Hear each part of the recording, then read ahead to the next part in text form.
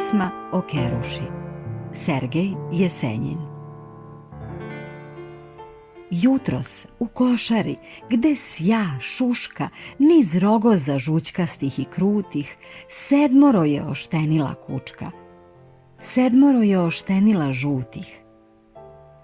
Do u sumrak grlila ih nežno i lizala niz dlaku što rudi, i slivo se mlak sok neizbežno iz tih toplih materinskih grudi.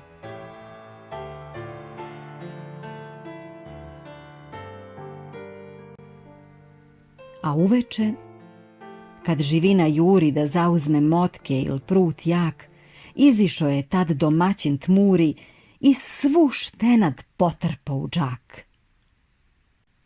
A ona je za tragom trčala, stizala ga kao kad uhode. I dugo je drhtala nezamrzla površina vode. Pri povratku, vukuć se po tmini i ližući znoj z bedara lenih, mesec joj se nad izbom učini kao jedno od kučića njenih. Zurila je u svod plavi, glatki, zavijala bolno za svojima, a mesec se kotrljao tanki i skrio se za hum u poljima.